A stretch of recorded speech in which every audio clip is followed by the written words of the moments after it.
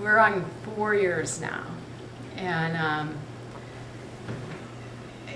when he was in war, you go through a waiting game. My mother was a Vietnam vet wife. My father was a lifetime Air Force. He went to Vietnam twice. And my mother and I would talk about my son going to Iraq, and you're in a waiting game. You don't even know what you're waiting for. You have this sense of you're waiting for something, but you don't know what it is. And time freezes on a level. And you you are almost afraid to make decisions, like decisions to take a vacation, or a decision to go buy things, or even having your own personal pleasures and enjoyment while your loved one's off in a war zone feels unnatural and wrong to you. You hold back on those things. You don't give to yourself pleasures of life because you're in this waiting game.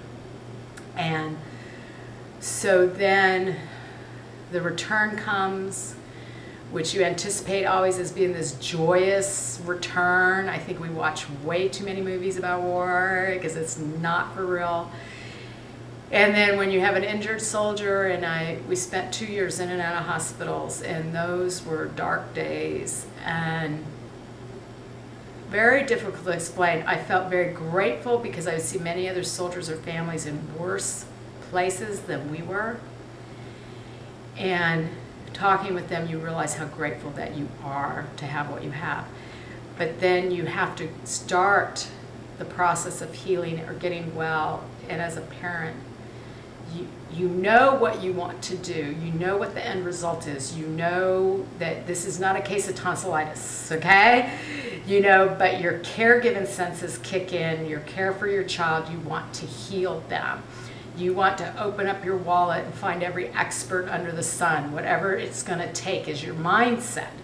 And then that gets crushed down by the system that we're in, because your hands are tied, you are locked up, and you're locked up into that system and what it can give you, and it's inadequate. And you fight and you battle it, and all of a sudden you're in a new battlefield. You're in a battlefield with your loved one, your soldier who returned from a battlefield. And I think the biggest advice I can give these families that struggle so much with this, and it is a huge struggle, put on your battle armor and fight. Don't throw in the towel, give up, don't look the other way, don't think, oh, it'll take time. Oh, it's just going to take time. You know what? It's not. It takes energy and effort and passion and drive, and you have to put your battle armor on and get tough and make it happen, because they're ill. They cannot make it happen for themselves. They can't. And that's I guess I don't know how to say this, the veterans that give up on the system or throw in the towel, or probably turn to drug and alcohol abuse, or disappear, or become hermits, or just go off into homeless cycles.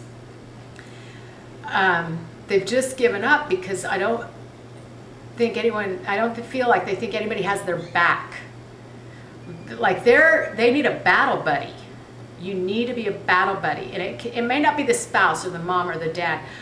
I think about this sometimes, you know, families, you've got to unite, you know, take the person that's the most passionate, the person that has the time, the person that has the knowledge, the person that wants to really dig in for your veteran, and make them that advocate, you know, and pull as a unit, as a family, you know, pull in behind them, you know, and fortify them, make them strong, and don't give up. Don't ever stop.